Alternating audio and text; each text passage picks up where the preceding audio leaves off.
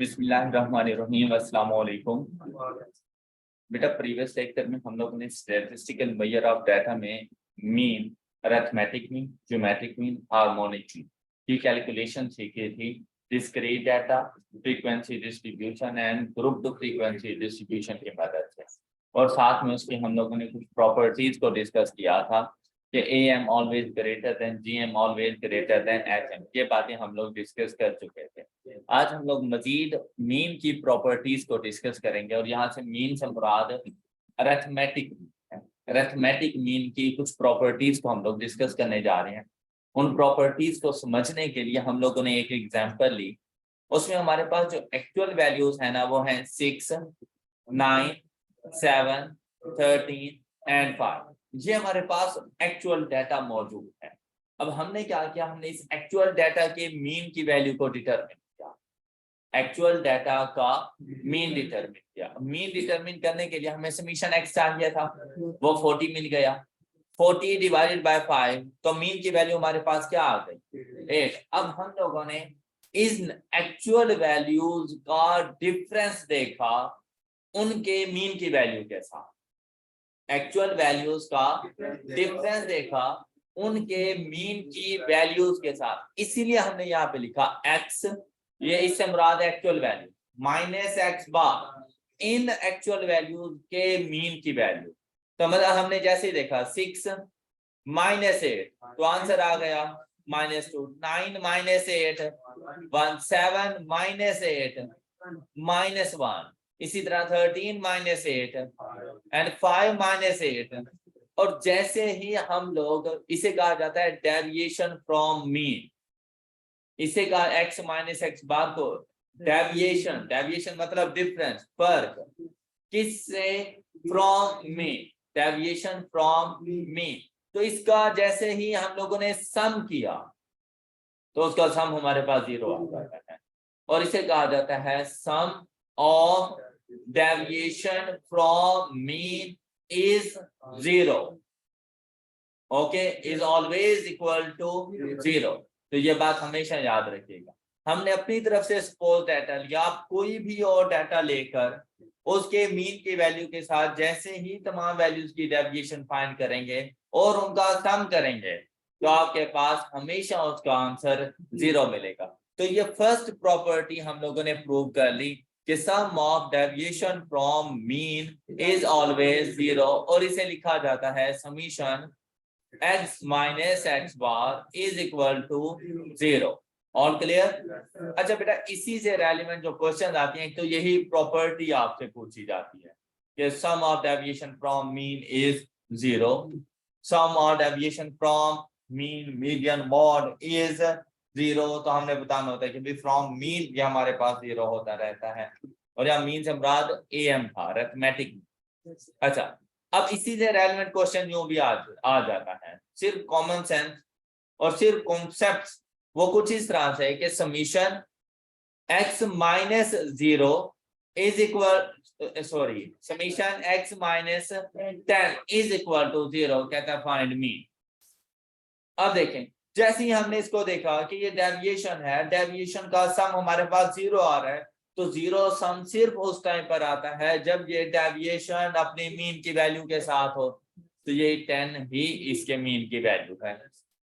इसी तरह से अगर आपसे कहते हैं कि summation x plus 7 is equal to 0, अब बेसिकली ये प्लस नहीं है, ये माइनस है, -7। और सिर्फ ये देखिए, अगर मैं इसको यूं आके लिख दूं x माइनस 7, और ये 7 भी खुद नेगेटिव में आ जाए, तो देखिए क्या इसको यूं लिखते हैं x प्लस 7, तो ये इस तरह से लिखा हुआ है। ओके, तो यहाँ पर बेसिकली जो मीन की वैल्यू है वो हमारे पास नेगेटिव है।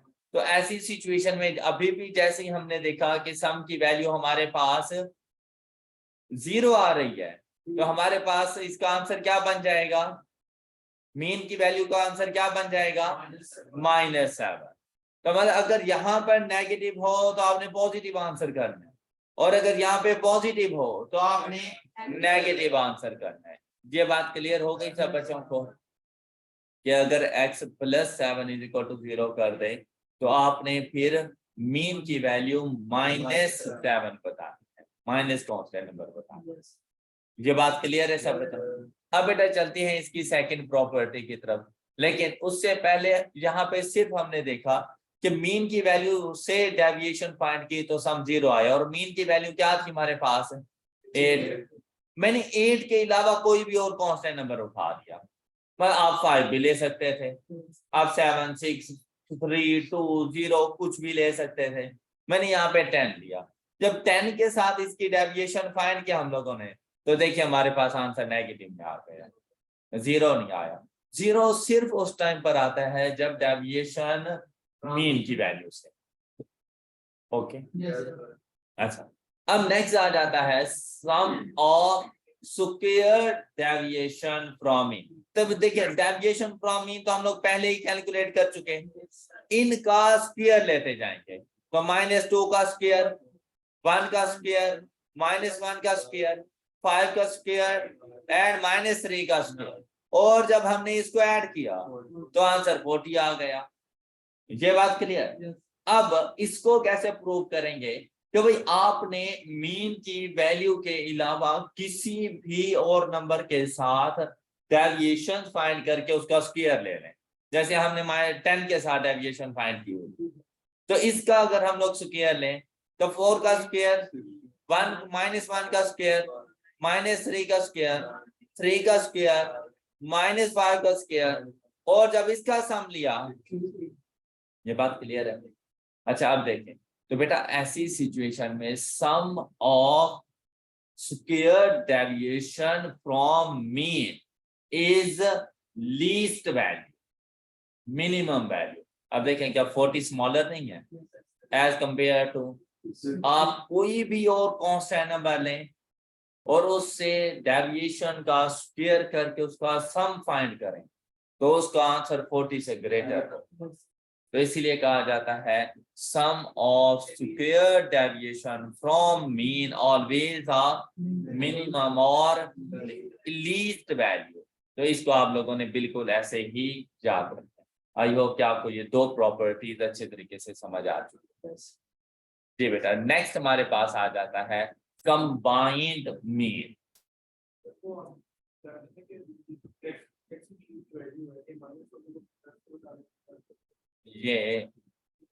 ये बेसिकली यूं लिखा हुआ है समीशन x -7 = 0। अब ये देखो डेविएशन कौन सी वैल्यू के साथ है, तो मीन की वैल्यू क्या बनेगी? -7। ओके, और ये तो वैसे ही नेगेटिव साइन, ये देखे ना, ये इस तरह से होता है x - x बार। अब ये x बार किसको रिप्लेस कर रहा है? यहाँ 10 को, तो मीन की वैल्यू 10 है। यहाँ पे x बार किसको रिप्लेस कर रहा है? ये नेगेटिव फार्मूले का आएगा। अब इसको पॉजिटिव करने के लिए इस कांस्टेंट को भी नेगेटिव हमने किया। अब देखें ये x बार किसको जाके रिप्लेस करेगा? तो मीन की वैल्यू -7 है। सब बच्चों को क्लियर हो गई है ये बातें? जी, नेक्स्ट है बेटा हमारे पास कंबाइंड मीन।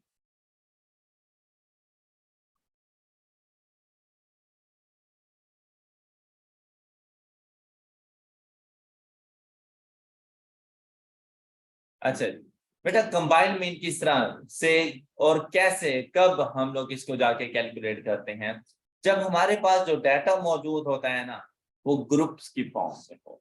जैसे कि एक क्लास में एवरेज, और उसके लिए अगर आप लोग देखें हमारे पास ग्रुप्स मौजूद होते हैं, बॉयज एंड गर्ल्स। अब एक टेस्ट हुआ, उसमें टीए को चाहिए था कि मुझे पूरी क्लास की एवरेज बता था कि पूरी क्लास में मौजूद नंबर ऑफ स्टूडेंट्स, उनके एवरेज मार्क्स कितने हैं। उसने क्या कहा? उसने कहा कि सर आपकी क्लास में 10 बॉय स्टूडेंट्स हैं और उनके एवरेज मार्क्स आ रहे हैं 40, तो उनको हमने x बार कर दिया। और 5 गर्ल स्टूडेंट्स हैं और उनके एवरेज मार्क्स आ रहे हैं 55। अब मैंने उससे कहा कि भाई मुझे कंबाइन करके दो, मेरी पूरी क्लास के एवरेज मार्क्स क्या है। क्या मतलब? मैं उसे कह रहा हूं मुझे 15 वैल्यूज की एवरेज बताओ। 10 और 5 की ना बताओ, ये उसने दो अलग अलग ग्रुप्स बना कर दे दिए। अब हम लोग इसको कंबाइंड मीन की तरफ लेकर जाएंगे। बेटा कंबाइंड मीन एएम भी होता है, जीएम भी होता है और एचएम भी होता है। तो हम इसी एग्जांपल को एएम जीएम एचएम के लिए कैलकुलेट करते हैं। अब हम लोग इसको किस तरह से सॉल्व करेंगे कि भाई कंबाइंड मीन के लिए ऐसा नहीं है कि आपने 10 + 5 किया और यहाँ से 55 + 40 डिवाइडेड बाय 2 कर दिया तो एवरेज आ गई, ऐसी कोई बात नहीं। यहाँ पर एवरेज फाइंड की जाती है सम ऑफ एक्स। क्या आपको याद आया? Summation x divide over n. तो इसके लिए आपके पास अभी भी समीशन एक्स होना चाहिए। अब इसको कैसे कैलकुलेट करेंगे? देखिए भाई मीन का फार्मूला हमारे पास क्या होता है? अब देखिए मुझे एन की वैल्यू भी गिवन और मुझे एक्स बार की वैल्यू भी गिवन, तो क्या मैं यहां से समीशन एक्स फाइंड कर सकता हूं? तो समीशन एक्स फाइंड करने का फार्मूला क्या हो जाएगा? तो क्या इन तमाम वैल्यूज का सम मेरे पास आ जाएगा? तो भाई मैंने ऐसा ही किया कि फर्स्ट ग्रुप की नंबर ऑफ ऑब्जर्वेशन को उनकी एवरेज से मल्टीप्लाई कर। तो फर्स्ट ग्रुप का समीशन एक्स आ गया, उसमें ऐड किया। सेकंड ग्रुप का समीशन एक्स, उसमें ऐड किया। थर्ड ग्रुप का summation x and divided by total number of observation. क्या आपको फार्मूले की समझ आई? बेटा अब सिर्फ फार्मूले में वैल्यूज की पुटिंग है, उसके अलावा कुछ भी नहीं है। क्या हम लोग जाएंगे, अब जैसे ही हमें ये वाला डाटा प्रोवाइडेड था तो 10 × 40 + 5 × डिवाइडेड बाय 10, और जैसे ही ये कैलकुलेटर को हम लोग बताएंगे जब भी कंबाइंड मीन आ जाए आपने इसी तरह से फ्रैक्शन ऑन कर लेनी है। फर्स्ट ग्रुप की number of observation multiplied by first group का मीन प्लस सेकंड ग्रुप की number of observation multiplied by second group का mean and divided by total number of observation. तो देखें कंबाइंड मीन क्या आ गया, मतलब मेरी क्लास में मौजूद स्टूडेंट्स के एवरेज मार्क्स 45 हैं। क्लियर? ये बात क्लियर हो गई सब बच्चों को? कंबाइंड मीन फाइंड कर लेंगे। अच्छा बेटा अब जरूरी नहीं कि हर बार कंबाइंड मीन ही फाइंड करना पड़े, ऐसा भी हो सकता है कि वो कंबाइंड मीन खुद बता दे, आपसे x बार 1 पूछ ले, x बार 2 पूछ ले, तो कुछ भी मिसिंग है क्या? अगर आपसे कहे कि पूरी क्लास के एवरेज मार्क्स हमारे पास 45 हैं, उनमें से बॉयज के एवरेज मार्क्स 40 हैं, तो बताएं गर्ल्स के एवरेज मार्क्स कितने होंगे? राइट? तो हम लोग कैलकुलेट कर लेंगे, जो मिसिंग वैल्यू होगी उसको एक्सपोर्ट कर देंगे कैलकुलेटर पे। Next geometric, combined geometric. अब बेटा इस सिचुएशन में देखें हम लोग डाटा यही लेते हैं। अब आपने x बार 1 को सपोज कर लेना है, जैसे ये GM1 है, ये ज्योमेट्रिक मीन 1 है, और x बार 2 हमारे पास ज्योमेट्रिक मीन 2 है। बात क्लियर? अच्छा अब अगर आप लोगों ने कंबाइंड ज्योमेट्रिक मीन फाइंड करना हो तो भाई उसके लिए आपको किस चीज की जरूरत होती है? प्रोडक्ट ऑफ वैल्यूज की।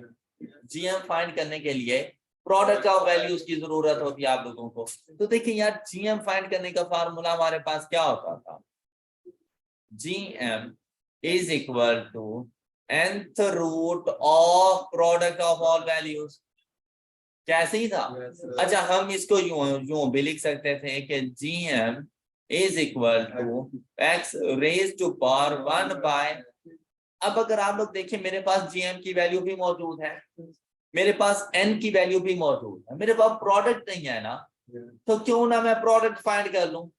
अब प्रोडक्ट फाइंड करने के लिए मैं क्या करूंगा, अगर मैं इसको मल्टीप्लाइड बाय n कर दूं इसकी पावर खत्म करने के लिए, तो मुझे इक्वेशन की दूसरी साइड पर भी पावर को मल्टीप्लाइड बाय n करना पड़ेगा।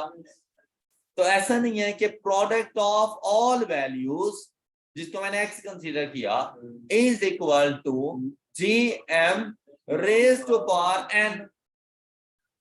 ये बात समझ आ गई आप लोगों को? तो बिल्कुल ऐसे ही आपने फार्मूला बना देना है। भाई आपने तमाम वैल्यूज का प्रोडक्ट लेना था ना, तो आप फर्स्ट ग्रुप के जीएम को रेज टू पावर उसकी नंबर ऑफ ऑब्जर्वेशन और इसको मल्टीप्लाई करवा दो।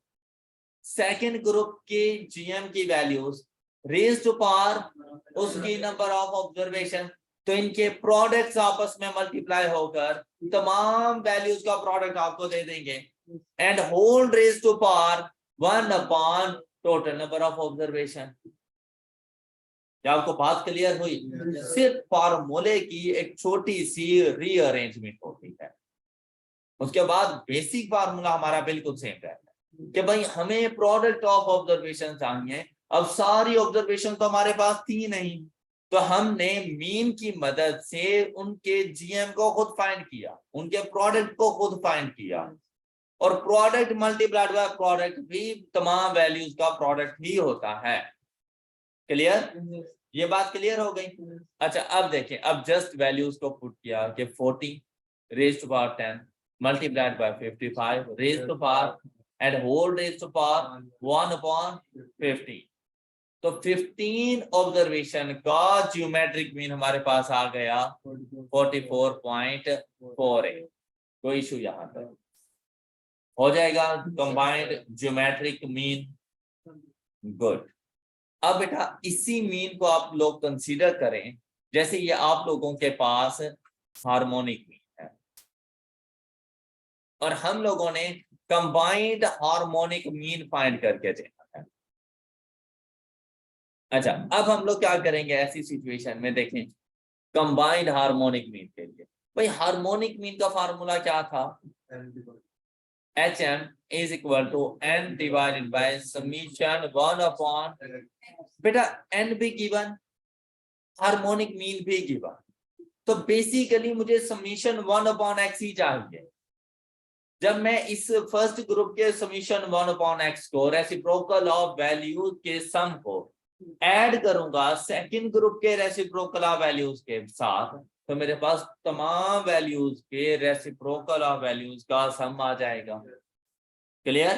तो अब देखिए इसका फार्मूला मेरे पास क्या बन जाएगा, summation 1 upon x is equal to n divided by, अब यहां से बताने का मकसद ये है कि आप कभी फार्मूला नहीं बोलोगे, आप खुद से उधर बैठे हुए उसको रीअरेंज कर लोगे कि यार ये फार्मूला इस तरह से है। अब देखिए भाई बेसिक क्या था कि सबसे पहले न्यूमरेटर में टोटल नंबर ऑफ ऑब्जर्वेशन, तो टोटल नंबर ऑफ ऑब्जर्वेशन हमारे पास कितनी है, n1 n2 n3, ओके ये सारी वैल्यूज ऐड होती जा रही है, divided by n1 upon harmonic mean 1 plus n2 upon harmonic mean 2, इसी तरह अगर कोई थर्ड ग्रुप है तो n3 अपॉन हार्मोनिक मीन 3, तो हमारे पास कंबाइंड हार्मोनिक मीन आ जाएगा। जैसे कि यहाँ पर देखें 10 + 5 15 total number of observation divided by 10 by 14 + 5 by, तो हमारे पास कंबाइंड हार्मोनिक मीन। ये बात क्लियर हो गई सब बच्चों को? हार्मोनिक मीन में कोई इशू? गुड। और ये हमारा कंबाइंड मीन कंप्लीट हो चुका है। अब इससे रेलिवेंट एक और क्वेश्चन हम लोग सॉल्व करते हैं कि आपके एग्जाम्स में आपसे क्या कुछ पूछा जा सकता है, तो वो कुछ इस तरह की सिचुएशन हमारे पास हो सकती है। आप इसके भी सॉल्यूशन को ना देखें और यहाँ पे देखें, the average marks of students in a class of 25 students, और क्या किसी ग्रुप की बात की उसने टोटल पूरी क्लास की बात की, उसने पूरी पॉपुलेशन को उठाया, उसने वहां से सैंपलिंग नहीं की, उसने बॉयज गर्ल्स को नहीं अलग किया। कहते हैं टोटल 25 स्टूडेंट्स और उनके एवरेज मार्क्स 50 हैं। कहते हैं the average of 18 boys students in is, कहते हैं कि इस 25 में से 18 बॉयज हैं और उनकी एवरेज 53 है, तो बताएं कि गर्ल्स की एवरेज क्या होगी। अब देखें आपसे उसने x/2 मिस कर दिया, n2 भी तो नहीं बताया, तो हो जाएगा जब उसने बता दिया कि 25 इन टोटल है, उसमें से 18 बॉयज हैं, तो लाजमी बात है रिमेनिंग गर्ल्स हैं, तो यहाँ पे ये नहीं सोचना कि n2 भी तो नहीं बताया, तो n2 हम कैलकुलेट कर सकते हैं। अब देखें भाई बेसिक फार्मूला बिल्कुल सेम रखना है, सिर्फ क्या x/2 को जाके मिस कर लेना है, ओके, कैलकुलेटर को एक्सपोर्ट करना है, आपको वैल्यू मिल जाएगी, ट्राई करें।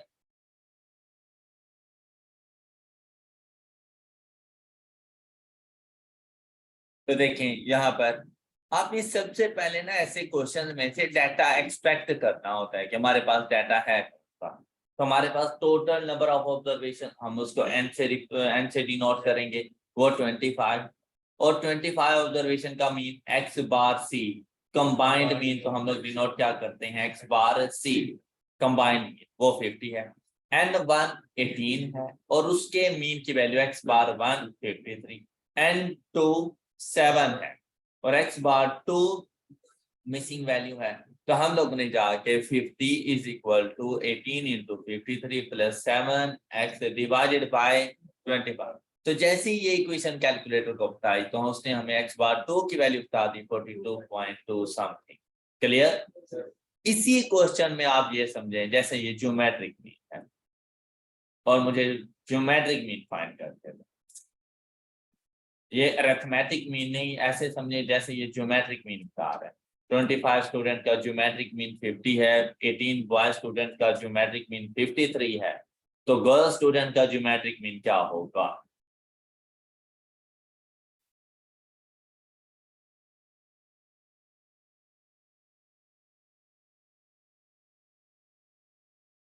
हाँ जी, अब इसके लिए जो कंबाइंड ज्योमेट्रिक मीन के फार्मूले में जाएंगे और वहां पर वैल्यूज को पुट करेंगे। ये देखें, combined geometric mean 50 is equal to GM1 53 raise to power n1 18 multiplied by GM2, हमारे पास नहीं था, हमने एक्स पुट कर दिया, रेज टू पावर n2 वो 7 है, and whole raise to power 1 upon total number of observation 25। ये इक्वेशन बता के आपको GM की वैल्यू मिल जाएगी 43.04। इन केस आपका कैलकुलेटर सिंटैक्स एरर दे दे, मोस्टली सिचुएशन में ऐसा होगा कि ये एक हैवी कैलकुलेशन है, एरर देने के chances.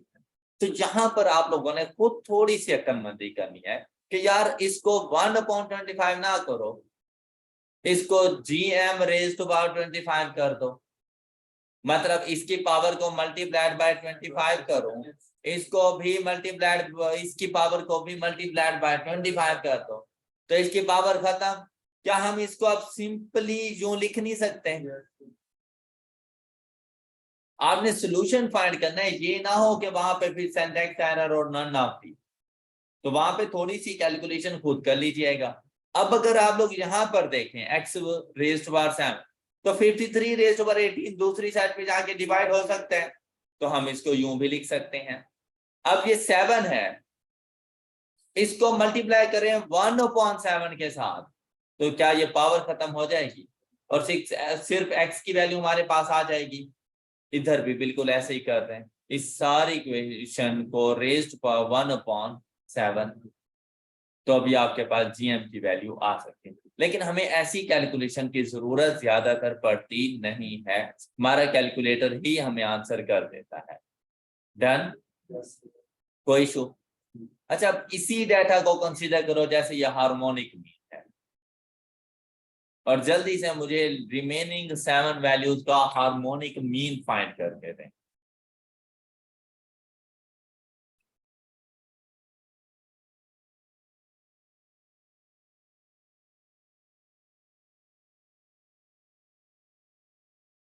Forty three point six five, शाबाश। हाँ जी, तमाम बच्चों से हो गया। और ये था हमारे पास कंबाइंड मीन का टॉपिक। आई होप के सब बच्चों को समझ आ चुकी है कंबाइंड मीन के बारे में। All clear? अब हम लोग डिस्कस करेंगे वेटेड मीन को।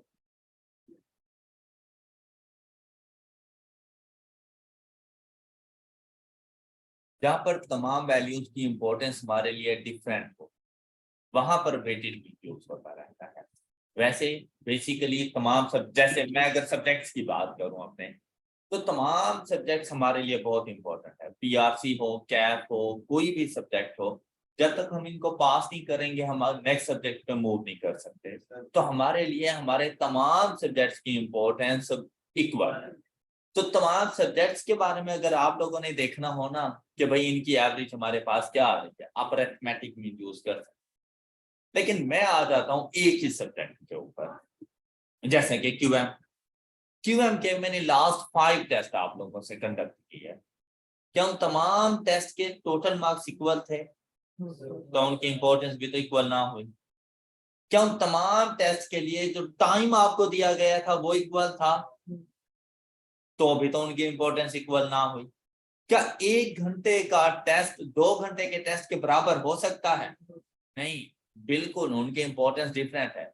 जब आपको पता हो कि आपका रेगुलर टेस्ट है, आप जरा भी नहीं देखते। क्यों? आपकी लाइफ में उसकी इंपॉर्टेंस ही नहीं है तो रेगुलर टेस्ट। आपसे कहा जाए ना कि यार एक असेसमेंट है, आप फिर भी थोड़ा बहुत गो थ्रू कर लेते हैं कि चले यार असेसमेंट है, थोड़ी सी इंपॉर्टेंट है, थोड़ा सा सिलेबस कवर हो रहा है। आपसे कहा जाए ना कि आपका मिड टर्म है, आप 2-3 चैप्टर भी पढ़ लेते हैं, इंपॉर्टेंस ज्यादा हो जाती है। आपसे कहा जाए कि आपका एग्जाम है, आपको रात को नींद भी नहीं आएगी, इंपॉर्टेंस। हालांकि एक ही चीज है, रेगुलर टेस्ट भी क्यूएम का ही था, असेसमेंट मिड टर्म भी तो उसी क्यूएम का ही था, फाइनल एग्जाम वो भी तो क्यूएम का ही था। आपके लिए क्यूएम की इंपॉर्टेंस नहीं थी, उस एग्जाम की इंपॉर्टेंस थी। तो उनमें से जो हम लोग मार्क्स गेन करेंगे ना, उन तमाम की इंपॉर्टेंस भी डिफरेंट है। और जब वैल्यूज की इंपॉर्टेंस डिफरेंट हो तो कभी भी एम नहीं यूज करना, उसके लिए यूज होता रहता है वेटेड मीन। वेटेड का मतलब इंपॉर्टेंस होता है, क्या हम इसको अपनी लाइफ में कितनी इंपॉर्टेंस दे रहे हैं। क्वेश्चन में आपको बता दूंगा कि हमारे लिए किस चीज की कितनी वेटेज है। ये बिल्कुल ऐसे ही है जैसे आप लोग एफएससी करके आए, बहुत से ऐसे भी होंगे जो डॉक्टर्स बनते बनते रह गए और चार्टर्ड अकाउंटेंसी में आ गए, क्या एग्रीगेट नहीं बना? भाई कैसे बनता है एग्रीगेट? मैट्रिक के 10% लेते रहते हैं, एफएससी के 20% लेते रहते हैं, और टेस्ट के 50% लेते रहते हैं, 20% इंटरव्यू के लेते रहते हैं। कुछ इस तरह से एग्रीगेट बनाया जाता है। क्या है जी, वो एग्रीगेट मेरा 0.1 से रह गया, वो एग्रीगेट इस तरह से बनता है, वेटेड मीन कैलकुलेट किया जाता है उसके। अब अगर आप लोग देखें तो भाई आपको वैल्यूज बता देगा, जैसे वो कह रहे हैं भाई क्यूएम में मेरे मार्क्स हैं 62, बिजनेस कम्युनिकेशन, ये पहले मैंने वो सब्जेक्ट से लिखे हुए थे, बिजनेस कम्युनिकेशन में मेरे मार्क्स हैं, जैसे आप समझ लें BWCS समझ लें चलें 40, IT के अंदर मार्क्स हैं 37, फंक्शनल इंग्लिश में मार्क्स हैं हमारे पास 28। आपसे कहा गया कि आप इनके एवरेज मार्क्स बताएं, तो आप कभी भी इसका सम करके 167 डिवाइडेड बाय 4, तो आप इसकी एवरेज नहीं बता सकते, क्योंकि साथ में कह रहे हैं यार मेरे लिए क्यूएम मोस्ट इंपॉर्टेंट है, और इसकी importance as compare to other subjects twice है, डबल है। तो आपने इसको 2 की इंपॉर्टेंस दी, बाकी सब्जेक्ट्स को 1 की इंपॉर्टेंस दी। अब आपने फ्रीक्वेंसी डिस्ट्रीब्यूशन से मीन फाइंड करना सीखा है, फ्रीक्वेंसी डिस्ट्रीब्यूशन से मीन फाइंड करना सीखा है, सेम वही फॉर्मूला है। वहां पर क्या करते थे, summation F x divided bye summation F, यहाँ पर एफ को डब्ल्यू से सिर्फ रिप्लेस किया गया है, और ये हमारे पास बन जाएगा summation W x upon summation W. Clear? अब हमने एक्स और डब्ल्यू को आपस में मल्टीप्लाई करवाया, इनका सम 229 डिवाइडेड बाय 4 नहीं करना, वेटेज का सम, और वो हमारे पास 5 है, और हमारे एवरेज मार्क्स आ जाएंगे 45.8। वेटेज मीन की पता चल गया होगा कि कहां कहां पर हम लोगों ने इसको यूज करना है। ये बात क्लियर हो गई सब बच्चों को? अच्छा जी, अब चलते हैं भाई, हम लोगों ने EM GM HM तीनों एवरेजेस पर, कौन सी ऐसी स्पेसिफिक सिचुएशंस होती हैं जिनमें ये यूज हो सकते हैं। ऐसा हो सकता है कि डाटा प्रोवाइड कर दे और आपको ना बताए कि EM फाइंड करें, GM फाइंड करें या HM फाइंड करें। अब तीनों की वैल्यूज तो इक्वल है नहीं, तो हमें डाटा देखकर पता चलता है कि हमने क्या चीज फाइंड करनी है। जैसा कि mister A covered a distance of 100 kilometers at a speed of 70 kilometers per hour. Next day at a speed of 90 kilometers per hour, and the third day cover a distance at a speed of find average speed. क्या कहीं पे बताया EM GM HM?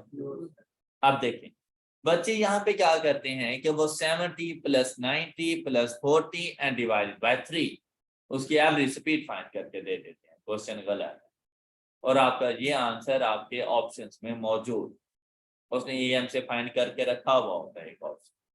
हमेशा याद रखिएगा कि जब भी एवरेज स्पीड फाइंड करके देनी हो हमेशा हार्मोनिक मीन यूज होता है, चाहे अब अगर आपको ना भी बताए तो अभी आपने हार्मोनिक मीन यूज करना है।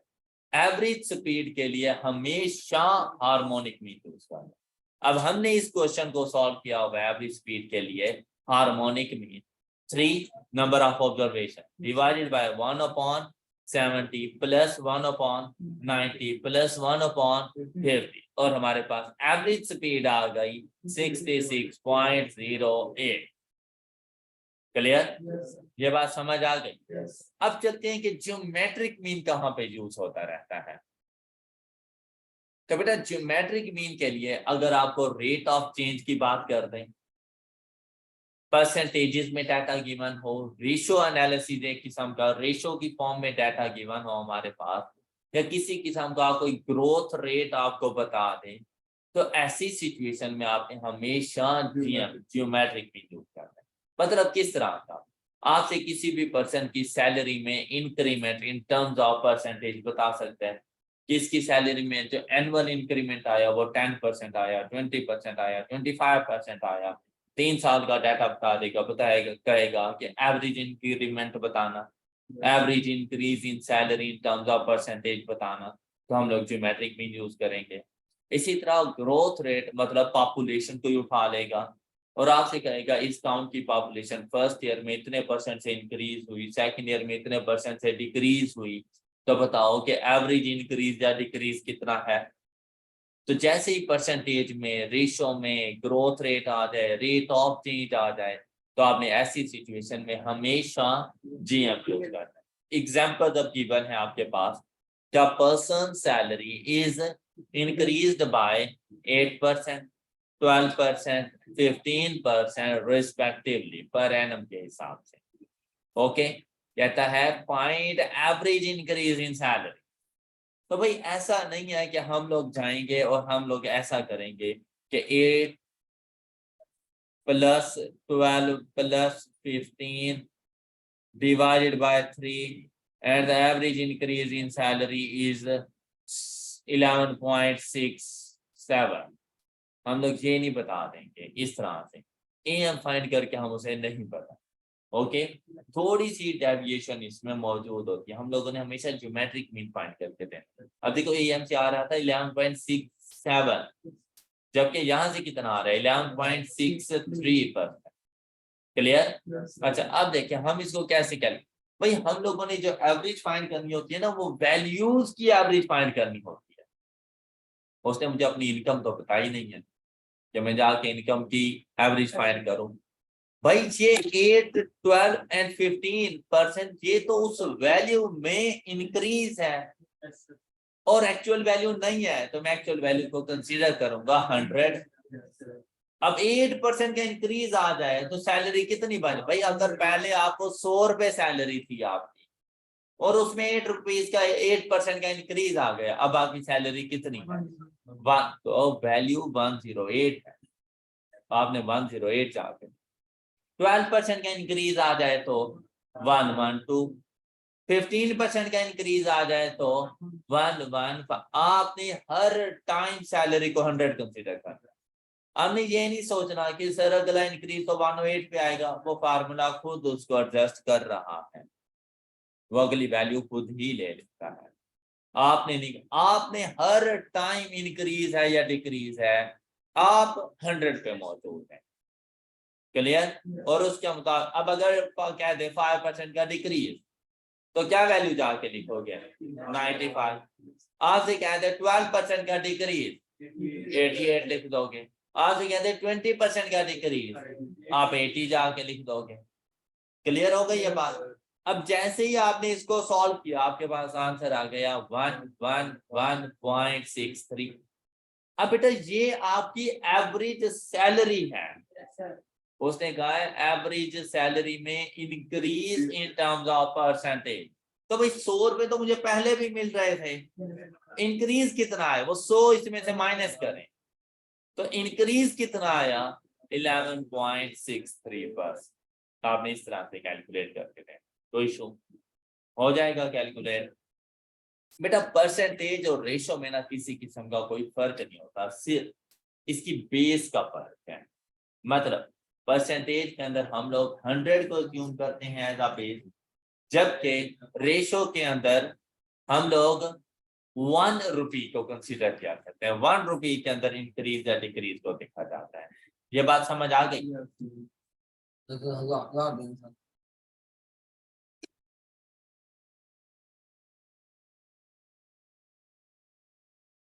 हाँ अभी तो रखो नहीं वापस नहीं करना। अच्छा हाँ ये ना करना।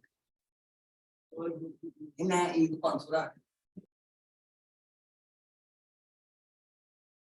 अब जैसे 8% इंक्रीज तो वैल्यू क्या बन जाएगी 108। अगर परसेंटेज में बात कर रहे हैं देखो 108% बन जाएगी। अब परसेंटेज को खत्म करें डिवाइडेड बाय 100 तो क्या आ जाएगा 1.08। ये हमारे पास रेशो है। अब देखो मतलब क्या 1.08 का कि भाई अगर 1 रुपया सैलरी हो और 8% का इंक्रीज आ जाए तो आपकी सैलरी 1.08 हो गई है। क्लियर? अगर 12% का इंक्रीज आ जाए तो आपकी सैलरी 1.12 हो गई। ये रेशो है। अब ratio as it is actual form में होती है, परसेंटेज को हमें कन्वर्ट करना पड़ता है कि 8% है तो 108 लिखेंगे, 12% है तो 112 लिखेंगे। रेशो तो बताएगा इसी तरह से 1.08 1.12 वो 0.93। अगर डिक्रीज है तो हमने रेशियो को जाके सिंपली मल्टीप्लाई कर देना होता है। अब देखें जैसे ही मैंने इसको जाके मल्टीप्लाई किया रेशियो के साथ देखें यहाँ पर 1.08 एंड समथिंग तो मेरे पास यहाँ पर देखिए क्या वैल्यू आ रही है 1.04। तो 1 तो बेसिकली पहले ही था। 1 से इंक्रीज होगा तो हमने कहना है कि भाई इंक्रीज इन परसेंटेज। कितने का इंक्रीज 4%। यही चीज मुझे यहाँ से पता चल गई 4% का इंक्रीज है। तो परसेंटेज और रेशो में ऐसा कोई फर्क नहीं होता। क्या आपको ये कॉन्सेप्ट समझ आया? इसके अलावा जितनी भी सिचुएशन है हमने 2 सिचुएशन डिस्कस की। एक हार्मोनिक मीन के लिए एवरेज स्पीड के लिए यूज होता है। ज्योमेट्रिक मीन हमारे पास rate of change percentage ratio growth rate ऐसी बात हो तो वहां पे यूज होता है। इसके अलावा बाकी जितनी भी सिचुएशन होंगी उनमें हमेशा अरिथमेटिक मीन। क्लियर? कोई इशू? अब ये बड़े बेहतरीन और इम्पोर्टेंट क्वेश्चन हैं। छोटे छोटे क्वेश्चन थ्योरी के क्वेश्चन कॉन्सेप्ट सबसे ज्यादा पूछता है, कैलकुलेशन पे उसका फोकस बहुत कम होता है। मतलब 50% चलेगा कैलकुलेशन, अदरवाइज कॉन्सेप्ट पे रहता है। थ्योरेटिकल क्वेश्चन पूछता है, वहां से डाटा एक्सट्रैक्ट करना पूछता है आप लोगों को।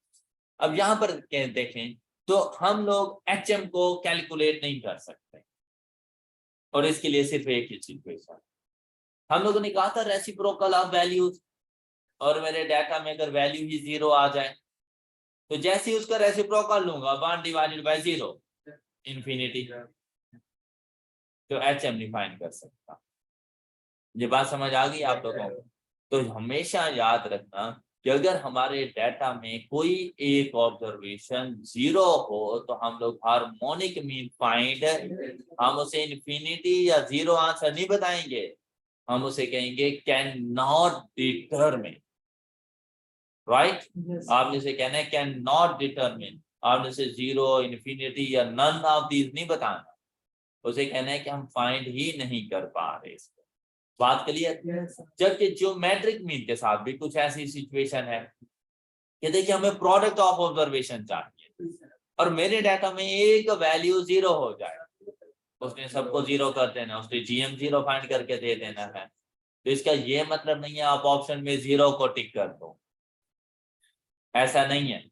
आप कहेंगे कैन नॉट टिक कर, आप 0 को नहीं टिक करें। ओके? हाँ, अगर 0 आ जाए ना तो हार्मोनिक मीन फाइंड होता है ना ही, लेकिन AM फाइंड हो जाता है। वो जीरो को एज अ वैल्यू कंसीडर करता है। लेकिन अब इसका ये आप देखें कि जीरो अगर हो या ना हो, क्या सम में कोई फर्क पड़ेगा? नो, तो मैं जीरो को ओमिट कर दूं एम फाइंड करने के लिए? नहीं, टोटल नंबर ऑफ ऑब्जर्वेशन में फर्क पड़ जाना है, एवरेज चेंज हो जाए, क्योंकि जीरो खुद एक ऑब्जर्वेशन है। जीरो नहीं होगा मैं डिवाइडेड बाय 9 करूंगा, जीरो होगा तो डिवाइडेड बाय 10, क्या आंसर सेम होता है? तो जीरो को ओमिट नहीं करना आप लोगों ने, क्लियर? उसको एज अ वैल्यू कंसीडर करना है ईएम की कैलकुलेशन में आप। हाँ जी, ये बात क्लियर हो गई सब बच्चों। लेकिन जीएम के लिए एक सिचुएशन तो जीरो हो गई, लेकिन उसके अलावा दो और सिचुएशन है कि अगर आपके डेटा में कोई एक वैल्यू नेगेटिव आ जाए, कोई एक वैल्यू नेगेटिव, क्या मतलब? बेटा जियोमेट्रिक मीन के लिए आप लोग nth रूट लेते थे, रूट कभी भी नेगेटिव वैल्यू का नहीं फाइंड होता, पॉजिटिव, वो फिर आयोटा की फॉर्म में कॉम्प्लेक्स नंबर बन जाता है, आयोटा की फॉर्म में आंसर आता है। तो हम लोग तो नेगेटिव, अब देखें एक वैल्यू अगर नेगेटिव है तो उससे सारे प्रोडक्ट को नेगेटिव करके रख देना, प्लस माइनस माइनस, ऐसा ही है ना? तो जब प्रोडक्ट नेगेटिव आ गया तो उसका जीएम फाइंड नहीं होगा। अब कैलकुलेटर आपको सॉल्व करके दे देगा आंसर, लेकिन आपने वो आंसर नहीं लिखना। आपने जैसे ही देखा कि डेटा में एक वैल्यू नेगेटिव है, आप कह देना कैन नॉट डिटरमाइन। ये बात क्लियर हो गई? और थर्ड फॉर्म है कि अगर आपके पास वैल्यू अंडर रूट की फॉर्म में, खुद वैल्यू अंडर रूट की फॉर्म में, तब भी आप लोगों ने जीएम नहीं फाइंड करके दे। ये तीनों सिचुएशन लिखी हुई है, ए बी सी, ये बेसिकली 3 डिफरेंट कांस्टेंट ऑब्जर्वेशन है कि अगर आपके पास आ जाए ए से मुराद any constant number 0 and B से मुराद एनी अदर कांस्टेंट नंबर, तो आपने कहना है जीएम नहीं फाइंड हो सकता। अगर ऐसा हो ए माइनस बी एंड सी, तब भी आपने कहना है जीएम नहीं फाइंड हो सकता। और अगर ऐसा हो A under root of B and C, मतलब कोई ऑब्जर्वेशन अंडर रूट की फॉर्म में हो, तब भी जीएम फाइंड। क्या ये बातें क्लियर हो गई? नेक्स्ट भाई, हाँ तो मैंने कहा एक ऑब्जर्वेशन अगर नेगेटिव, 2 होंगी तो फिर हो सकता है, 3 होंगी तो नहीं हो सकता। अगर ऑड की फॉर्म में होंगी, नंबर ऑफ ऑब्जर्वेशन ऑड की फॉर्म में नेगेटिव है तो फिर नहीं हो सकता, इवन में है तो फिर हो सकता है। लेकिन आपसे एक ऑब्जर्वेशन का पूछता है, तो इसलिए मैं आपके सिलेबस तक रहा। अच्छा, अब एवरेज को फाइंड करते करते ना हमसे एरर्स भी हो सकते हैं। कहीं पे मैंने लिखना था 23, मैंने लिख दिया 32। मिस्टेक हो जाती है इंसान से, ह्यूमन बीइंग, एरर्स हो जाती हैं, पॉसिबिलिटीज है। मैंने लिखना था 25, मैंने लिख दिया 52। मैंने लिखना था सपोज के 30, मैंने सिर्फ 3 प्रेस कर दिया, 0 प्रेस किया तो वो प्रेस ही नहीं हुआ और मुझे पता नहीं चला, एरर हो गया मुझसे। तो क्या ईएम जीएम या एचएम ठीक होंगे? तो जब एरर आइडेंटिफाई हो जाए, क्या उसको रेक्टिफाई करना चाहिए? रेक्टिफिकेशन का मतलब है करेक्शन, कि क्या उन एरर्स की करेक्शन कर लेनी चाहिए हम लोगों को, तो एरर्स की करेक्शन की तरफ जा रहे हैं। हमें कहा गया है कि एक पर्सन ने एवरेज कैलकुलेट की 10 वैल्यूज की और वो एवरेज है 18, उसके मुताबिक हमने जब उन डेटा को देखा तो हमें पता चला कि यार इसमें ना 2 वैल्यूज गलत। देखिए, पुट 2 values, 2 wrong values add 31 and ये 2 वैल्यूज हमारे डेटा में थी ही नहीं, जबकि उसने अपने पास इसको शामिल रखा होगा। ओके, इन प्लेस ऑफ, जबकि रॉन्ग, जो करेक्ट वैल्यूज है वो क्या होनी चाहिए थी? 13 एंड कहता फाइंड करेक्ट एवरेजेस। अब हम सबसे पहले चलते हैं ईएम की तरफ। भाई ईएम के लिए जब उसने लाजमी बात है सम लिया होगा और रॉन्ग वैल्यूज पुट कर दी, क्या उसने सम ठीक लिया होगा? तो बेसिकली अगर मैं सम ठीक कर लूं, एवरेज ने ठीक हो जाना है। तो सम सबसे पहले, और अब उसने मुझे एक्चुअल वैल्यूज तो बताई नहीं है ना, कि मैं सिंपली जाके उसको एलिमिनेट करूं और न्यू वैल्यूज पुट कर दूं, या जाके ठीक से कैलकुलेट करके दे दूं। अब क्या सबसे पहले मैं देखूंगा कि भाई रॉन्ग वैल्यूज का सम कितना है, कैसे पता चलेगा? n इंटू एक्स बार, अभी जो कैलकुलेट किया था summation x is equal to n into X bar. तो आपने सबसे पहले इसका सम फाइंड करना, 10 वैल्यूज और उनकी एवरेज 18, तो उनका सम कितना आ गया 180। अब बेटा इसमें से जो रॉन्ग वैल्यूज हैं जो ऑलरेडी ऐड हो चुकी हैं वो एलिमिनेट कर दो, रॉन्ग वैल्यूज को माइनस कर दो, -31 एंड -42, और करेक्ट वैल्यूज को ऐड कर दो जिनको शामिल होना चाहिए था 13 एंड, तो देखें ये आपके पास समीशन एक्स ठीक हो, क्या समीशन एक्स ठीक हो गया? अब एवरेज भी ठीक हो जाएगी। क्या नंबर ऑफ ऑब्जर्वेशन में कोई फर्क पड़ा? 10 थी जो एलिमिनेट की, 2 ही ऐड की, दोबारा से 10 ही है। अच्छा ये आपने चेक जरूर करना है, ऐसा हो सकता है कि 2 गलत हो 1 ठीक हो, ऐसा हो सकता है 2 गलत हो 3 वैल्यूज पुट करनी हो तो नंबर ऑफ ऑब्जर्वेशन में फर्क आ जाए, तो आपने ये देखते रहना।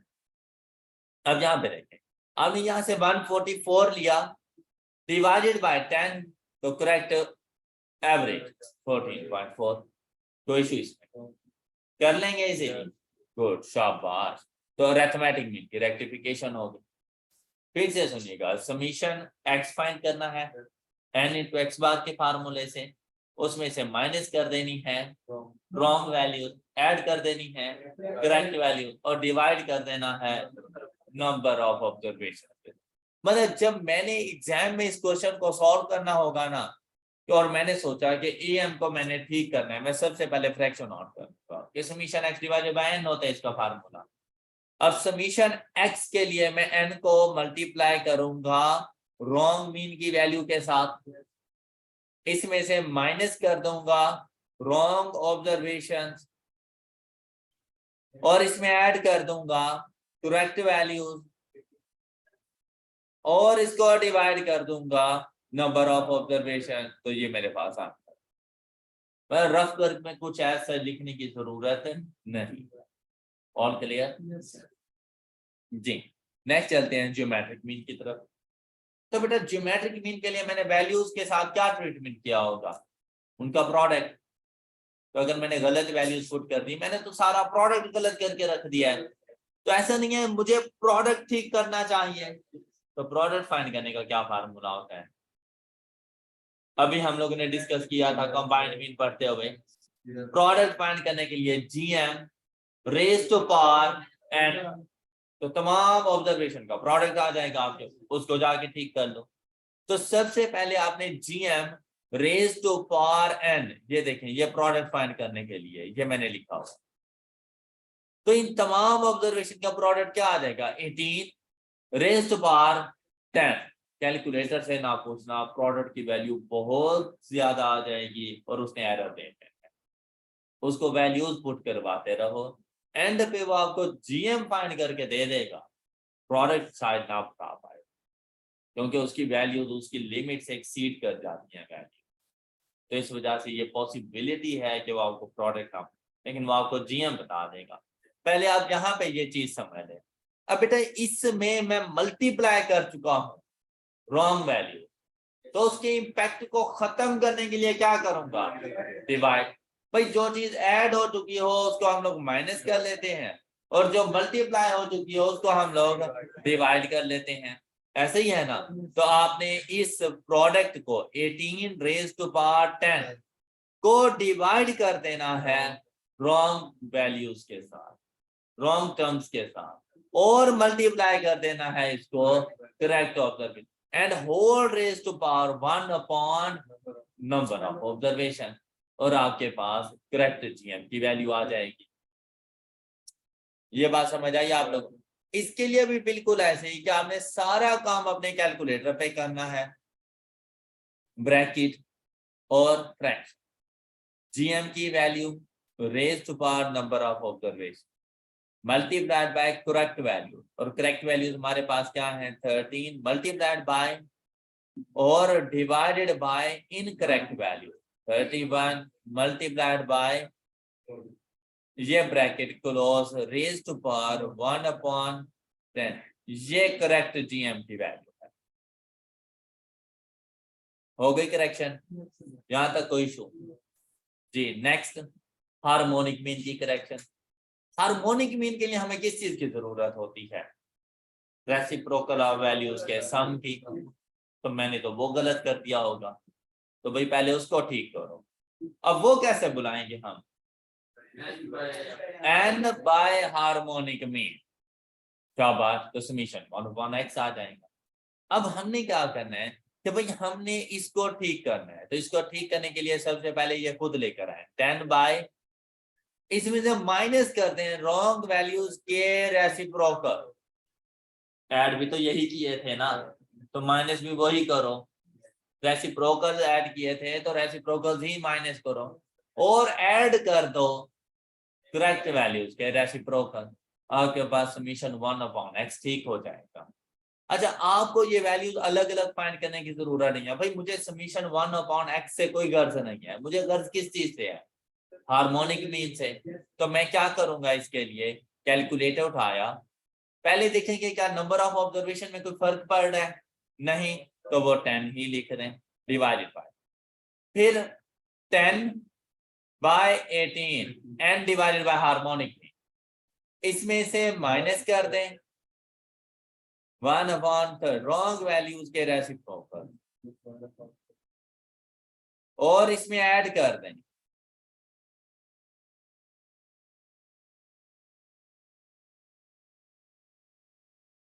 Is equal to 16.18। तो ये देखिए आपके पास हार्मोनिक मीन की वैल्यू ठीक हो गई। क्या आप लोग रेक्टिफिकेशन ऑफ एरर्स कर लेंगे?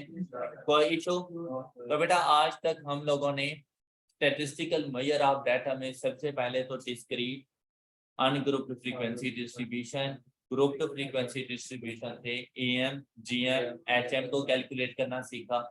फिर हम लोगों ने इनकी प्रॉपर्टीज को डिस्कस कर लिया है। प्रॉपर्टीज के बाद हम लोग गए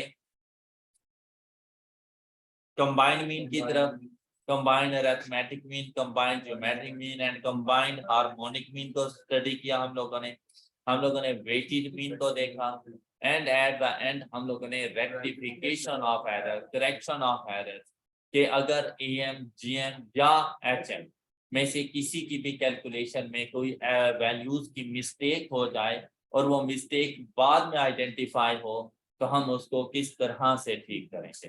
आई होप कि आज का लेक्चर आप लोगों को अच्छे तरीके से समझ आ चुका होगा।